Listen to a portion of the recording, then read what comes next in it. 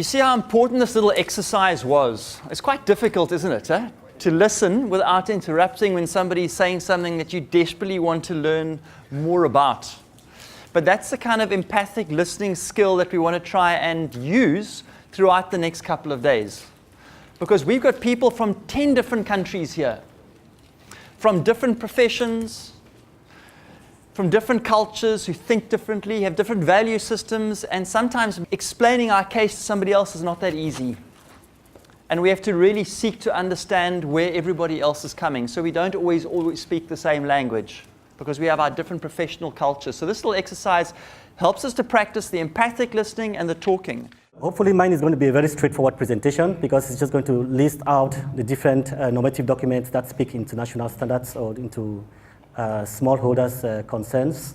Now this is what is happening right now, a discussion which is being, things that are being discussed at the moment in FSC. Whatever thing you will be seeing in this presentation would be what is expressed within FSC's normative documents as it is at the moment. We have the SLIMF eligibility criteria. Well, SLIMF is for small and low intensity managed forest. This is one document which we use to address or to try to answer the question on what is size in terms of small, what is scale, and what is small in terms of intensity.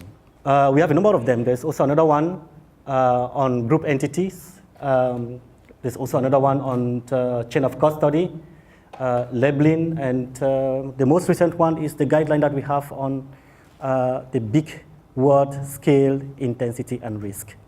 So how this can be expressed, or how we see a guideline on how we see that this can be implemented on the ground. So what we're going to do now is we're going to split up into 5 groups, and we're all going to answer this one question. What would be the one thing that you would change for smallholders in FSC if you could? So, I mean, it sounds crazy, but I think that if we could remove the concept of scale and intensity, I think that it's a red herring. And I thought from the beginning, when SLIMF was introduced, it was never going to work. It doesn't make any sense. Because it is simply based on if it's simply based on the risk that an operation poses to the environmental values, you don't need the concept of scale and intensity. That was part of my argument with trying to say if you harvest less than 5,000 hectares. Exactly. Well, if you harvest less than 5,000 hectares in some of the woodlands in Africa, that woodland's gone. Exactly. And if you introduce that correctly, you might be able to bring my colleagues' suggestion here into place. Because you could, without compromising quality, because you may be able to and often can demonstrate that smallholders are having posing very little risk to these values. You could allow automatic certification for large groups or large areas of smallholders in a landscape. And I think these things could work in tandem. It would virtually do that when you demonstrate very low risks. An important thing is when we start comparing risks, you must compare the risks of very high risk operations on a continuum with very low risks and set a threshold. When is this becoming risky? And if all your operations are below that threshold, it receives an automatic certification. So I think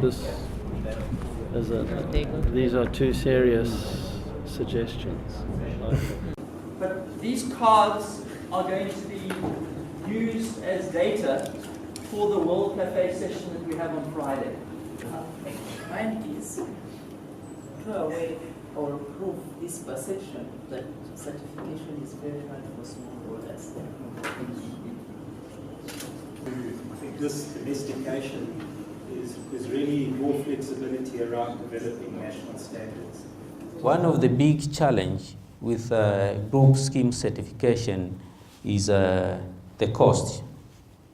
There is a high cost of maintaining the group scheme, especially when working with the local communities, people with low capacity in terms of skills, in terms of financial. And since we started, the maintenance of the group scheme certificate, it is donor funded. Thanks to WWF, who has been contributing to a large extent to this group scheme maintenance. So some points for me, starting off here from what we've just heard from Vera, is that certification of smallholders is possible. There is flexibility. However, it's how hard you work at that flexibility, identifying those opportunities for the various types of groups to get certified. So for me, an indication there's flexibility. We not always aware of it. It's not always brought to the attention, even from within the FSC staff, if I can put it that way. To identify 5 criteria that define what you think a smallholder is. Irrespective of what FSC is, we want to know what you think should be the criteria that defines what a smallholder is. So we've got 25 minutes to discuss that. And when you go to your tables, will you select a scribe and a presenter? They can be the same person. Because how we're going to feed back after the small table discussions is that we'll all go together as one big group and we'll move from table to table. Okay, I'm happy to write. If you guys have got the ideas to feed me. Well, I mean, my feeling is that it has to be defined at national level because, what is a smallholder in Southern Africa might be very different to a smallholder in Canada. So I think the first thing for me is it needs to be defined. There's some broad principles. So that's a caveat rather than the criteria, which I can buy, but we need some criteria to define at national level. But I think, the benchmark might be different, but what are the factors you're looking at that would define who's a smallholder and who is not? Size is the obvious one. So we are going for size. Size of land holding, I guess. Are we talking about financial turnover? Are we talking about volume of timber harvested, value of product harvested? Volume is very different from, volume is not a size factor. So not volume. Volume would have been a different thing for me, would have been a different criteria. So what are we talking about here? Are we talking about area then? I think land holding.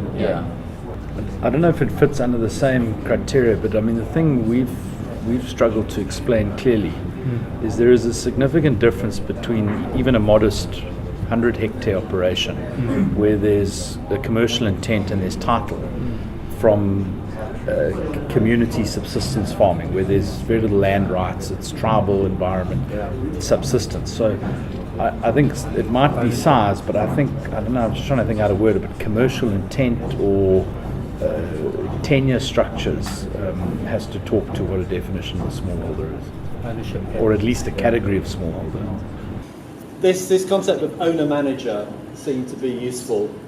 The idea that a smallholder is someone who is of the community, lives on site, and crucially where the risk of social conflict is much lower. So perhaps this is one criteria or principle that you don't need to worry about if you're going for assurance on sustainability with a smallholder. So that ownership structure.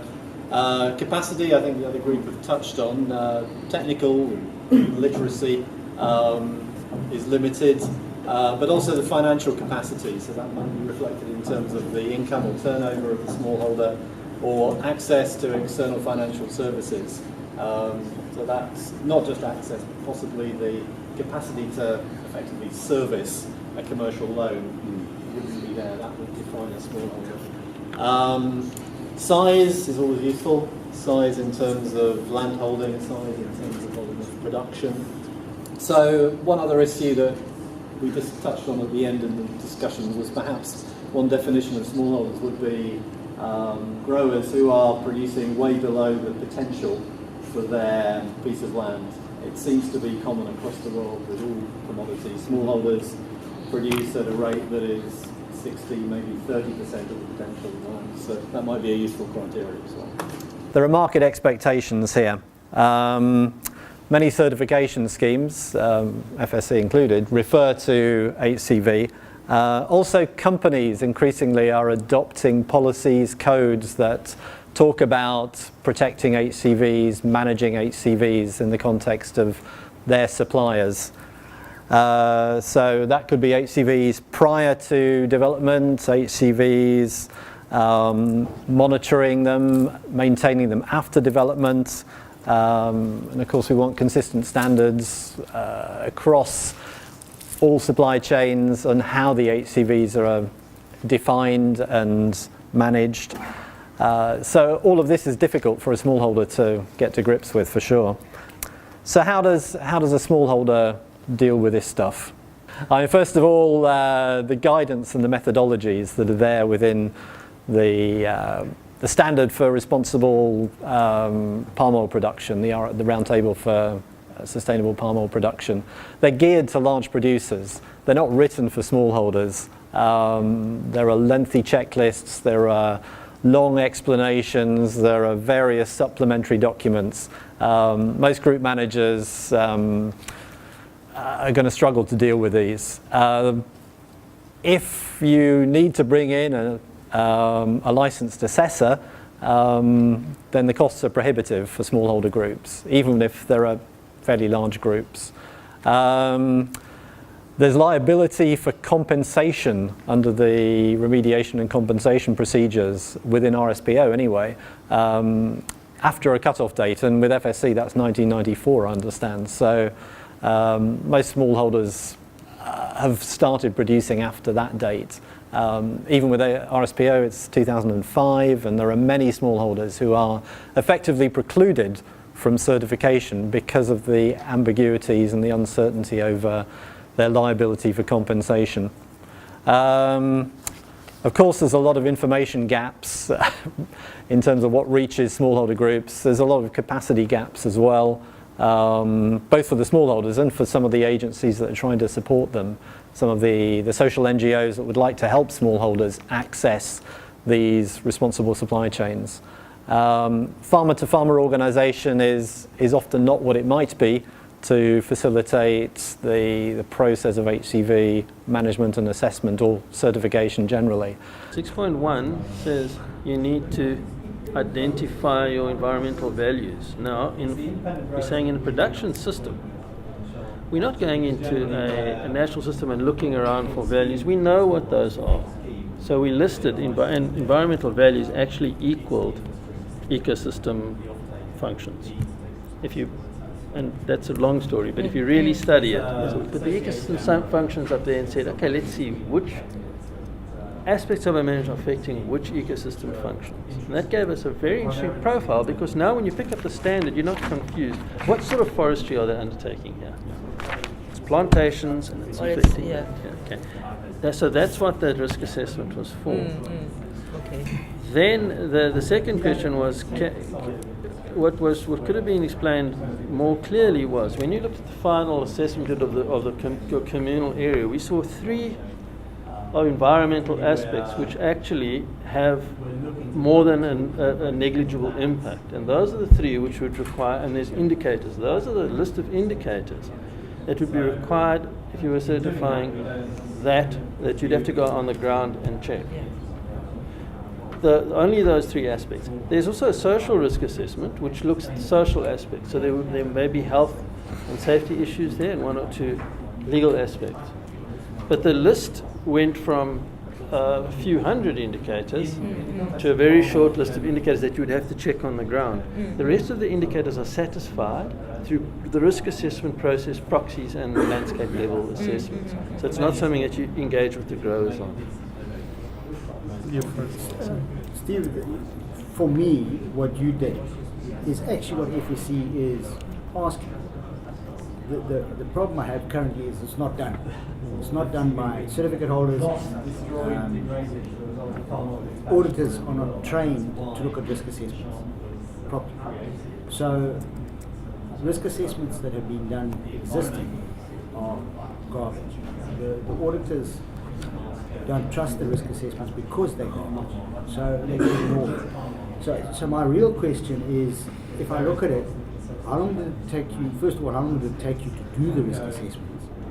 And if we look at it moving forward, for a small grower, FSC needs to come up with a template and then say, guys, this is a template for small growers. What qualification do you need to do the risk assessment? Okay, so what that's it. The issue is this, that we've dealt with small growers as they're certified in a group or a landscape. So we're not expecting, and I mean, I mentioned this to Joachim in field, and I think you should, in some cases, be able to certify small growers without them knowing it. What happens in that landscape, what doesn't happen in that landscape, it can be much larger than that. The benefits of it would be it would ease certification. We would be able to have a situation where you have a certification audit carried out and things happen the way they're supposed to. Well, the results of the audit can become easier to arrive at.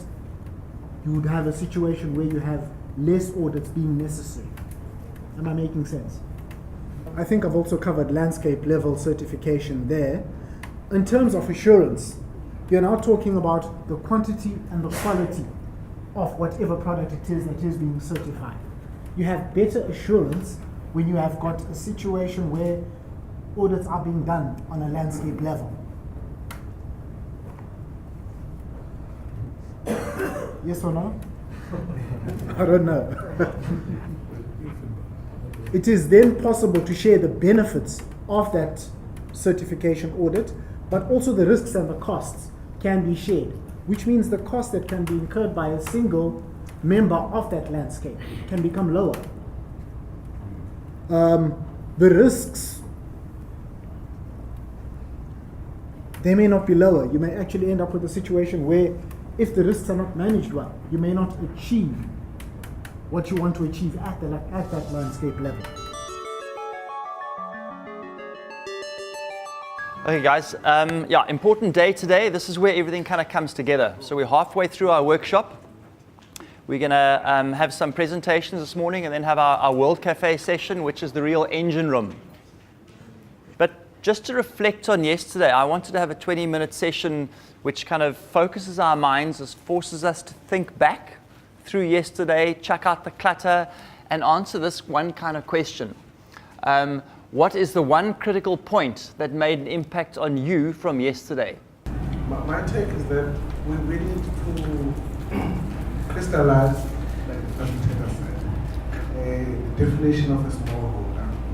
And we need to have an agreement on the characteristics of a smallholder within the FSC system, because it appears that there's no agreement on what constitutes a smallholder.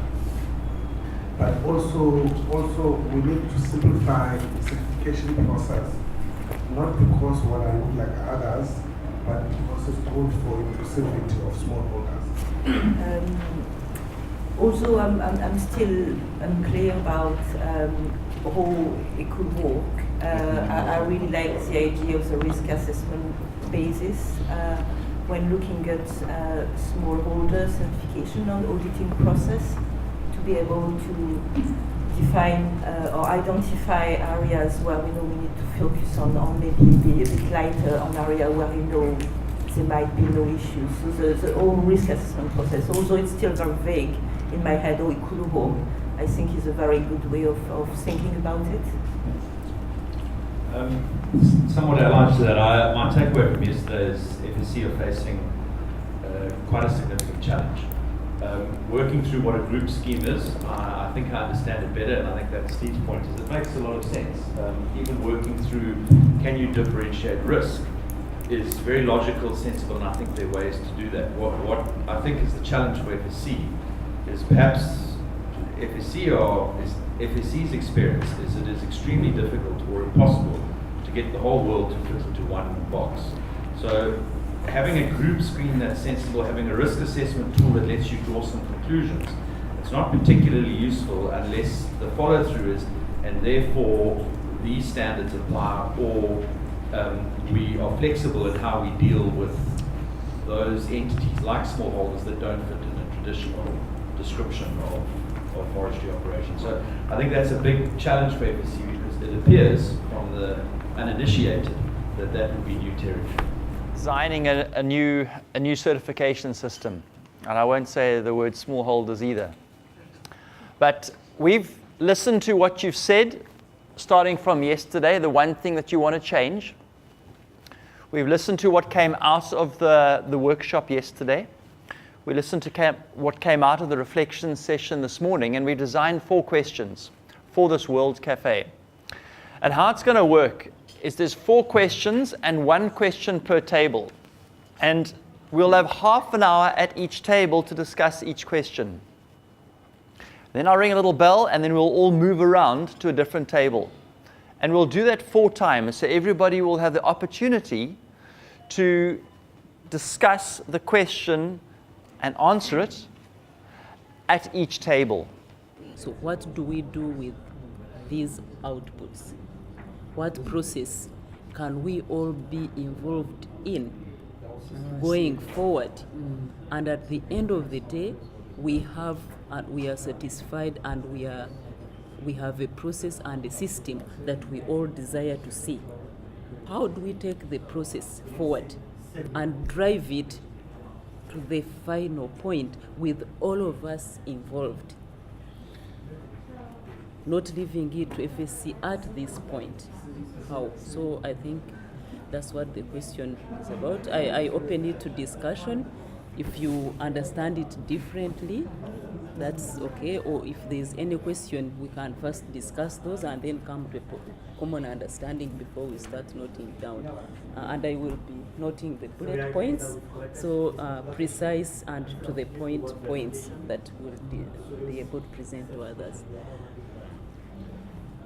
I think, Anna, I mean, my impression, and it might be very wrong, again, I don't have a lot of experience with FSC, and I don't mean this in any way offensively to FSC, but it appears as if FSC have very little capability to affect change for a variety of reasons, and I think Kara touched on some of it about the conflicting chambers. So my worry is, if the aspiration is to drive change to the FSC organisation, I just don't see evidence that capability is there. So I would answer the question with a question: is there an innovative way within, and it would be a question lobbied to an expert, is there an innovative way within the existing group structure, existing methodology, existing standards, that through a different interpretation we could establish a couple of pilots, smallholder pilots, that get audited and measured against a different standard? Because as aspirational as it is to say we're going to take this new approach and drive it through, I can't think of one example where that's happened in FSC. On a short term as well, beginning this year, I think FSC membership meetings are going to happen in the region. And as an opportunity, the Africa region membership meeting is happening in October. So, and membership has a role, decision-making role within FSC. I just want to say thank you on behalf of FSC and FSC Africa to the speakers. So I'll just call you through and just want to give you a small gift to say thank you very much for your time and your effort. It's really appreciated by myself, but I also think it's really appreciated by the participants that was here, because it's given them something to work on. Tony Hill, come here. I think there's only one. Stu Valentine. Where's Stu?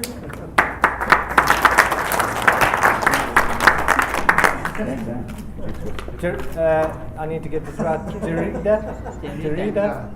Jarida. Thank you very much. Marie Christine, not Marie Claire.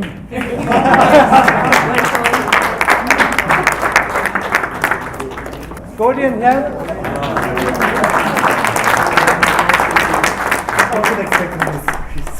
And then I think last but not least, a big thank you to Louis and David for herding us along, for actually making this whole workshop, from my point, successful, bringing some stimulating things, making sure we're interactive. I watched this last session in terms of before lunch with the marketplace, and all of you guys and girls were still wanting to know more, discussing things. People didn't want to go for lunch, and lunch was late, so it was really encouraging. I think both the facilitators have played a great role. Thank you very much. This is a big brief. We have not ended yet. Thank you. Thank you. Thank you for the invitation.